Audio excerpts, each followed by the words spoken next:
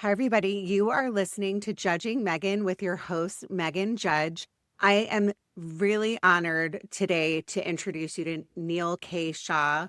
He is a Johns Hopkins and NIH-funded researcher. He's also himself been a caregiver.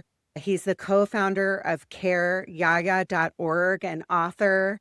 And I'm just so honored to have you on, Neal. I've wanted to do, before we recorded, I told you I've wanted to do an episode about this for a very long time because dementia, Alzheimer's has touched my own family. Also, I think just the way that we're all getting older as a population and the baby boomers and everybody's parents are going into assisted living. So I have so many questions for you. Yeah. With that being said, before I kind of talk to you, I want to remind my listeners it is Mental Health Awareness Month. This ties into the whole topic because we're going to be talking about caregiving and how it takes a toll on the caregivers themselves. And just take time for yourself. I can't reiterate, if you are struggling with your mental health and you're listening to this podcast, I do talk a lot about grief and loss and suicide prevention and all the things, but take time for yourself. Like I say, go outside, go for a walk,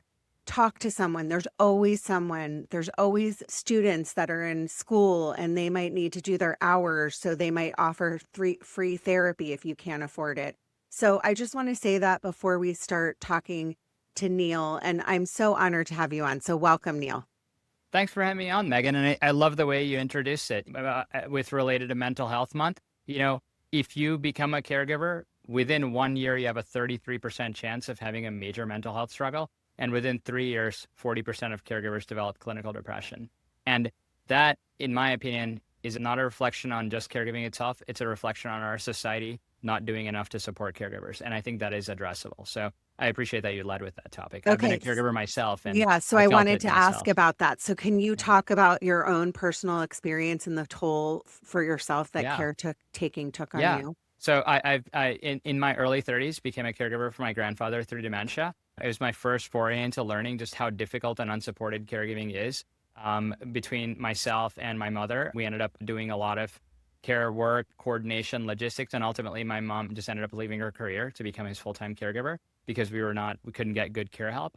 So I saw that, kind of firsthand and secondhand. She did the majority of the care work, but I was the one coordinating all the care, and it was quite difficult. I secondly became a caregiver in my mid-30s when my wife went through a multi-year cancer battle. And then I was the primary caregiver for that, ultimately ended up leaving my career to become her full-time caregiver. So I've been in caregiving both in the secondary role and the primary role, and at an earlier age than most people. And it really opened up my eyes to just how difficult and unsupported caregiving is. And when we don't support our society's caregivers, we create a lot of problems, that caregivers who are giving it their all to take care of a loved one without any support and experience, their own mental health challenges, experience their own physical health challenges. 25% of caregivers within 1 year of caregiving for someone else have their own physical health problem that they didn't have before. So I think this is a societal tragedy that I also think it's within our power to advocate for and get more support for caregiving. Can I ask you this? So with the funding for caregiving right now, I know that there's been cuts to funding NIH everywhere. Do you see, because I think I said this in the beginning, there's so many people going into assisted living, or like you just talked about, you might be a caregiver because your parent can't afford to go into assisted living. So there's the extra additional layer of the cost, obviously, is astronomical. My own aunt actually passed away a couple of years ago, but we had her in an assisted living place. She passed away of Alzheimer's, and it was upwards of $10,000 a month. So can you kind of touch on that and where you see things going with this? I think the cost of care is an absolute crisis for a variety of reasons. But one, I'll just give you the numbers. Getting 40 hours a week of care at home, for your loved one, if you have a parent and you need to go to your job, $82,000 a year. It's growing at triple the rate of inflation over the last several years. It's unaffordable for everyone outside of the top few percent of society. The cost of assisted living, average, most American metros, over $150,000 a year. In some big cities like New York, LA, pushing over $200,000 a year. And you pay that money, and still those places are massively short-staffed. sometimes a ratio of 10-1, and your loved one isn't even getting that much attention. It's an absolute disaster. I think there's a couple of reasons why. One, we have a rapidly aging population, and we don't have that many middle-aged people to care for them. For decades, the ratio of middle-aged people to older people in this country, what they call the caregiver dependency ratio, is about 7-1. So for everyone you had that was 80, you had 7 people that are in their 40s, 50s, and 60s. In this decade, it collapses to 3-1 because the boomers are hitting older age fast. And after the baby boom, there was a baby bust in this country, like with the rise of like birth control and people delaying when they were having kids and things like that. So you don't have that many middle-aged people to support a rapidly growing aging population. So our demographic pyramid is going from this to this, So I think that's a challenge. I think immigration restrictions are further tightening the labor supply of people who would traditionally be care workers. So I think you have kind of a confluence of factors that is hitting this, and you have the demand skyrocketing because if you think about it this way, the oldest of the baby boomers, if you think baby boomers started in 1946, the oldest ones are just turning 80 now, 2026.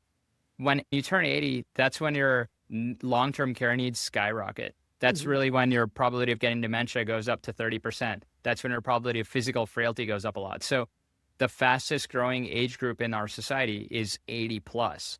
And so if you think over the next 5 years, all of these people are going to turn 80, 81, 82, whatever, and they're going to need a lot of care.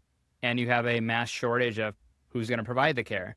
So all of this is either going to fall on the backs of family caregivers, people's sons and daughters or spouses if they're lucky enough to still be alive, or these people are going to go without care.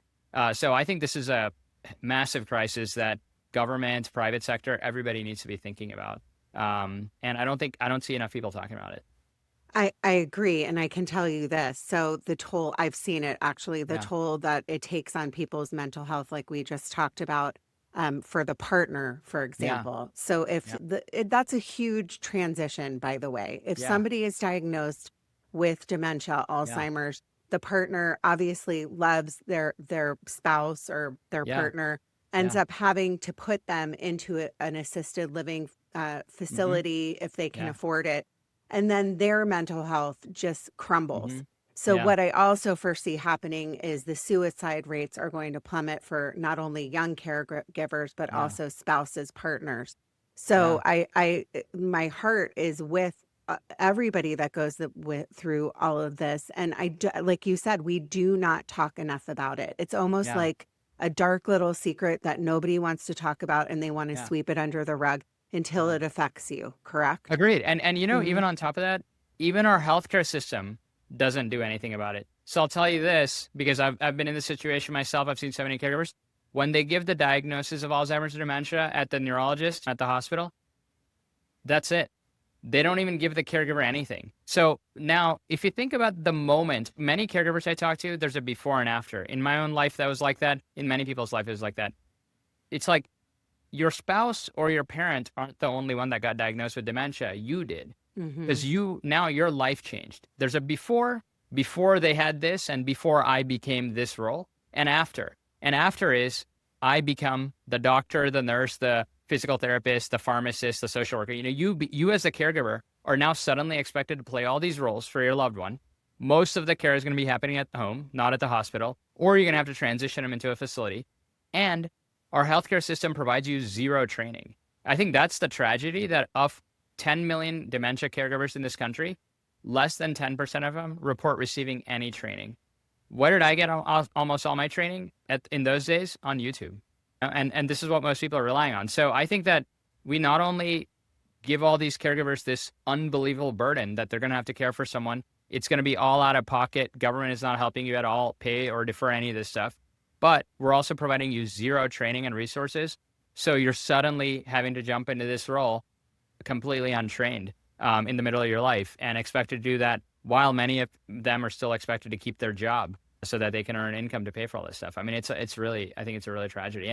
And where you see it is, and I did a story about this, and my question was, is dementia contagious? Obviously we all know it's not transmissible, right? But it is contagious in the sense that if your loved one gets dementia, you have now 600% higher chance of getting dementia yourself. And Can it's you not talk genetics. about that? Because Yeah. it's sleep deprivation, Sleep all of that deprivation. stuff. Okay, Yeah. talk Sleep about that for me. deprivation and stress. Those two things that when your loved one gets dementia, your own sleep fractures. That, good luck getting 8 hours of sleep a night. Sometimes you're getting 2 to 3 hours at a time. You might be up every hour. Average duration of sleep that goes down and disruption of sleep goes through the roof, combined with your stress level during the day. Like I'm still recovering from this, but caregivers become vigilant and then hypervigilant, almost to the point of PTSD, where after the caregiving ends, you find like my own personality has changed. I'm a very careful person now. And before caregiving, I was a little more easygoing, carefree type of person. But when you live in years of unbelievable vigilance for someone that you're caring for, so that they don't, get into an accident, so they don't fall, so they don't choke, et cetera, or XYZ medication or surgery is happening, you become hypervigilant and your stress level is just up all the time. These things are known to cause dementia. So yeah, there are wide studies on this. The Cache County study was a multi-decade study. It showed 600% increase in dementia rates on people who become caregivers. And I mean, that's a tragedy. Other things have come out showing that 30% chance that the caregiver dies before the person they're caring for because of the stress of caregiving. I see that all the time, that many people with dementia themselves might even be somewhat more calm, because they're not even fully aware of what's going on. But the husband or wife is fully aware, is sad all the time, and is stressed all the time. And that might result in their own death. So I think caregiving really is its own diagnosis. When you become a caregiver, your health risk went through the roof. And our system doesn't think about that. Our hospitals don't treat that. We don't even identify somebody as a caregiver. And I think we need to change that. I think we need to change it too. And not to mention the fact that people don't think about the lack of sleep you're talking about. So if you're living with somebody, you're constantly worried about them walking out the front door. You have Yeah. to have special locks. You have to lock your stove. There's so many things. And it's outrageous that we are left without enough money to be able to treat people that have worked their whole lives to be a part of society. And then they're left just to either, I mean, a lot of them times people also end up homeless, correct? Yeah. So I mean, people, and you know where the tragedy really is? It's that where does our society choose to spend the money? So, I wrote an article about this. All these new Alzheimer's drugs are coming out, right? And, for better or worse, everybody can have their own opinion. I personally think from reading some of the studies, the efficacy is very low. I mean, less than 20% of efficacy. Some of them are creating major side effects, et cetera, right? But people can choose to take them. But why is the government, through Medicare, saying, if you have Alzheimer's and you want a drug, $32,000 a year, sure, I'll pay it. But if you have Alzheimer's and you want caregiver help, $0 I'm paying. Even though tons of studies show that getting caregivers in your home and you staying in your home with care support, you get 3 years longer life expectancy for the person who has dementia, and you get way less health risk and health problems for the family caregiver. Yet Medicare pays $0 for that. But they'll shell out $30,000 for a drug that doesn't work. So I think that's it's kind of the incentives of our healthcare system, I think, are a little bit backwards. And there isn't enough thought about supporting care at home, supporting caregivers, getting respite care. And on a positive side, I do feel like that's going to change. I don't know if you saw just a couple of days ago, a group of politicians introduced a bill to start having Medicare potentially start covering home care. I think this is early innings. I think more and more stuff like that's going to happen. I also don't think it's a political issue. I think it's a bipartisan issue.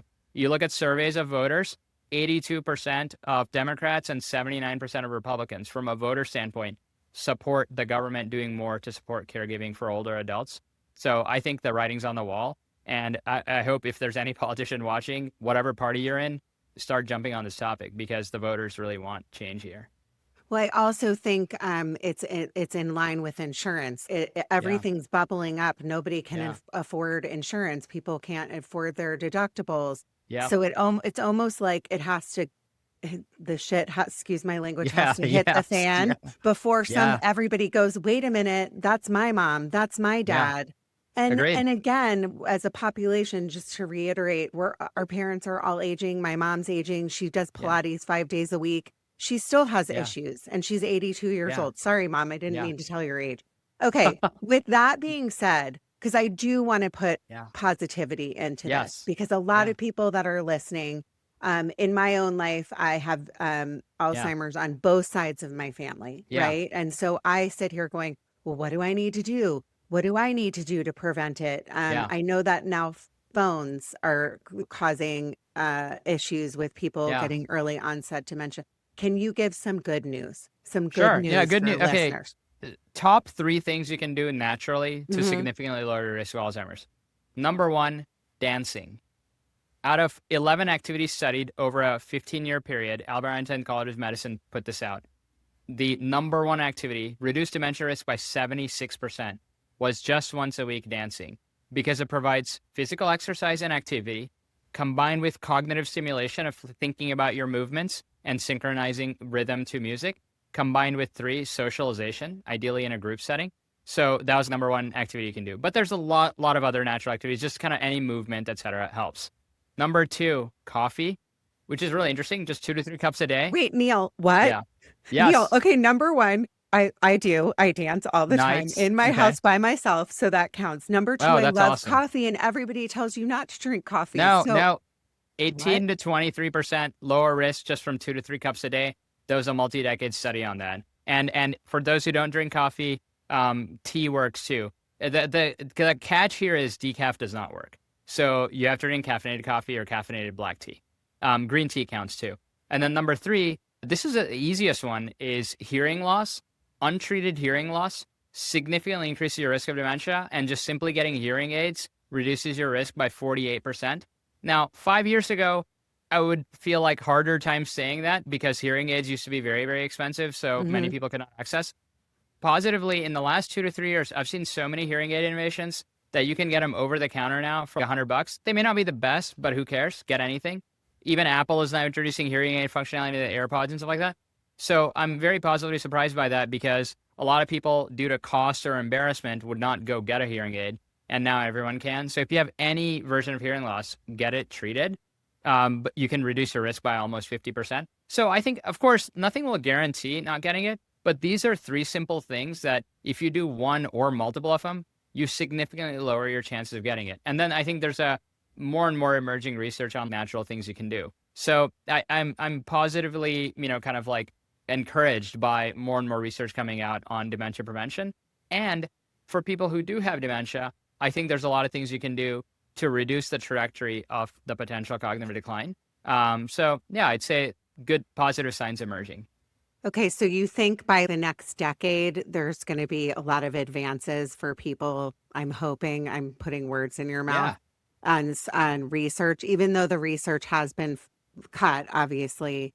I Yeah. believe that people are going to start putting money back into this. I think And so. I mean, look, yeah, I'll say on a positive side, yeah, as much as I kind of like rag on the policymakers for not doing the right thing, yeah. the policymakers are actively funding a bunch of our work. So for example, on caregiver training, the government has funded the biggest caregiver training project, which we are leading, is to develop technology and artificial intelligence tools that are given away for free. If anyone wants to sign up, come to our site. But that's directly funded by the National Institutes of Health. We built, initially it was a prototype that I was building at Johns Hopkins, which is the research I was leading. And we found that AI tools could take a database of dementia caregiver training and personalize it to the individual family caregiver and deliver the material in 1 to 2 minute bite-sized clips every day, so that over the course of a few months, you could really improve caregiver confidence and learn everything, and that you could have 24/7 a coach in your pocket that you could just talk to and say, mom's doing this, what should I do? And it would be all trained and guided and validated by decades of dementia research that could answer on a fly. So Hopkins and us built the project. NIH loved it. NIH funded the project. Now, thousands of people are getting that project for free. And over time, we're scaling it across the country to hopefully millions of people. So I'd say while it's negative positive, I do view that arms of the government are funding positive innovation. And I think that example is something where if you're out there in the world and you have good ideas on how you can help a bunch of people, I do find the government will fund innovation to help. So I think that the one trend from government funding is innovation and new approaches to aging and caregiving are actively being funded. Our main project that we do through CareYaya is we connect healthcare students, pre-medical students, and nursing students at universities to be caregivers of older adults living with dementia. That project has also been funded by several research universities, even including the AARP has a thing called the Age Tech Collaborative that's been funding.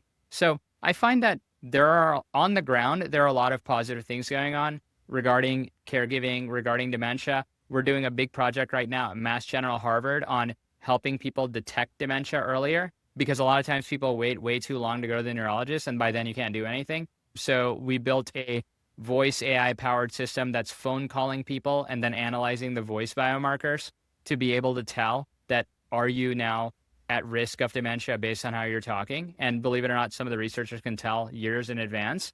And so we have launched that project. So yeah, I'd say there's encouraging innovations going on out there that can both help people catch it faster, help people with care help, caregiver training.